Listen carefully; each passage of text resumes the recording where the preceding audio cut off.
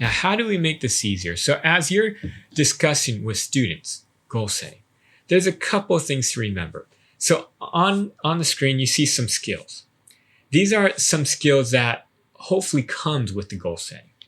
And what we like to promote is asking for help, servicing others, consistency, and balance. These are key things that a child needs to develop as they learn to goal set. So when you're teaching students to goal set and develop, these are also things that should be done in conjunction with them setting goals. Now, the next thing I want to help you remember as students are goal setting is you have to let them goal set according to what they care about. If a child is not into it, it's less likely that they're actually going to try to achieve it. And so the more you can let a child set their own goals, this helps you out as a teacher in a couple ways. One, the child's more likely to do the goal and to actually learn it. Second, it tells you as a teacher what the child is interested in. It allows you then to be able to understand what the child needs. And so the more you can let the child determine their goals, the better it will be for you. Now, oftentimes children, they have no idea where to begin with goal setting. They've been told what to learn, how to learn it, how long it should take them for so long that when they are given the opportunity to decide and set their own goal and decide what they're going to learn, many of them, they don't even know.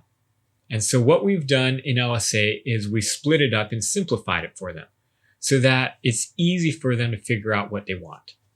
So on the screen, you see the four different categories, which is personal, social, their schoolwork, and of course, their family.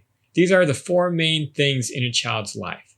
And what we've realized is the more balanced they can make these four areas, the better it is for them.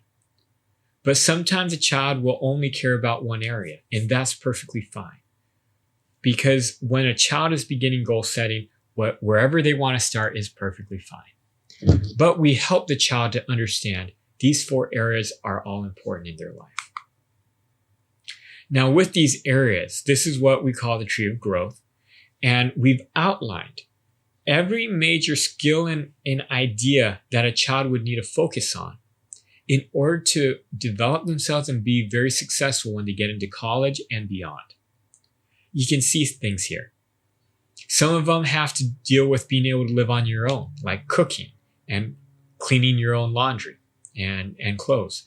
Some of these are learning about themselves, what they like to do for their hobby, or what they're interested in an occupation, maybe shadowing someone. Some of these deal with dealing with other people and their social, like making friends or being able to have conflict resolution skills. And some are with family and so on. These are great ways or a great type tool that you can show students on, hey, here's all the different things that you possibly could do. Is there something you're more interested in? Starting from the high level, then going into the area they're interested in and what they could possibly focus on. A couple of things we want to emphasize here. The first is we try to make sure when they set a goal that one, it's a very specific goal. A lot of times people, for example, students might say, well, I want to be more organized. Say, okay, that's a great goal. But what do you mean by be more organized? They might say, well, I want to have maybe my room cleaned. That's great. But maybe that might be too much. Sometimes it's not too much. The child can go get their room cleaned. That's great. But if it's too much, then one of the things we like to do with the child is make it more specific. Well, what about your messy room do you want to actually organize? What's impacting your schoolwork, or what's impacting something you really want that it should be more organized? And they could say something maybe like cleaning their backpack at the end of every day so they don't have loose papers. Or maybe it's like keeping the top of their desk clear so they can study. The more specific the goal, the easier it is for the child to obtain it, because they don't have to think about what it means. They know exactly, clean my table at the end of every day, right? That's very specific. The other thing, the second thing we also like to do as we're setting a specific goal is measurable. We want to make sure it's measurable. So for example, they say, well, I want to maybe wake up earlier every day. I say, that's great. But what time? What time are you waking up? What time do you want to wake up by? By 8 o'clock, by 7 o'clock, by 6 o'clock? Something where they can actually track if it's really getting done. Cleaning off your table, making it more organized. What does that mean? Does it mean nothing's on it? Does it mean that you have maybe like a pencil on there and your normal pad of paper? Something where they can actually see and determine this goal has been accomplished. Now, the third thing with this is as you're setting one, a specific goal, two, as you're setting a very measurable goal, three is, are you actually tracking it? And to make sure they track it in some way, make sure they have some type of log. This is one of the toughest things for students to do. They might remember their goal. They might actually do it a couple of times, but to actually track if they're getting it done and how often they're getting it done and write it down is very difficult for them. But this is a very good skill to have. It's doing a lot of things with the goal setting to be able to allow them to document what's happening, which is very difficult. But these are the three things we normally like to do. And on the screen, you can see another example.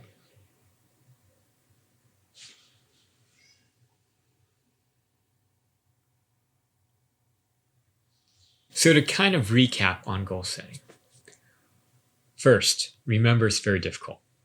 Goal setting is not an easy thing to do because you're requiring a child to try to look into the future, to be able to tell the difference between where they're at now and what's going to happen and what they're capable of doing. Very difficult thing to do. Second is that it's a skill. The more a child does it, the better they get at it. So when they start, they're going to fail a lot, and it's okay for them to fail. The most important thing is that they keep trying. And the third is the more it can come from them, the more they learn about themselves, the more you learn about them, and the easier it is for a child to learn this. And the fourth is that as a child develops the ability to goal set and to see into their future, it allows them to be able to create a plan. It allows them to have something in their life that minimizes their thinking so that they know exactly what they have to do. So when these unexpected bumps in the road happen, they have a game plan to go over these bumps, minimize them, and be able to keep on their routine, keep on what they're doing to develop themselves, instead of going into depression or watching TV and wasting their time a lot, or doing whatever else that they like to do when they can't think about life and they can't think about what's going on. Now, when we get into actual goal setting, the simpler we can make it for the child, the easier it is for them to goal set. Hence, the 4 areas. Remember the different 4 areas, which is social, personal, family, and school work in their occupation and what they're doing to try and look for an occupation. These 4 areas. And if a child doesn't know what they want to focus on in these 4 areas, we also have the tree of growth that you can look at. Now, when a student is trying to set a specific goal, the 3 things to remember is 1, the more specific it can be, the actual act that they're doing, the easier it is for the child. Second, we want to make sure it's measurable. The more they can measure it in some way so they know exactly what it means to accomplish it, the easier it is for the child. And the third is the more that they can learn to track it and to document it, the better this is going to be for them as they develop, because they'll be able to actually learn how to set a plan, document their accomplishments in it, and be able to actually see their accomplishment and understand their growth. So these 3 things when setting specific goals. Now, to kind of give you an idea here of the impact that this has had as we've been setting goals with students in the Leadership Society of Arizona. And on the screen, you can see 88% of parents, as their child, most of these students are coming to us for a 1 week to couple week to 3 week programs. 88% of parents saw a significant change in the child's behavior. The reason being is we're focused on just helping the child do something, anything.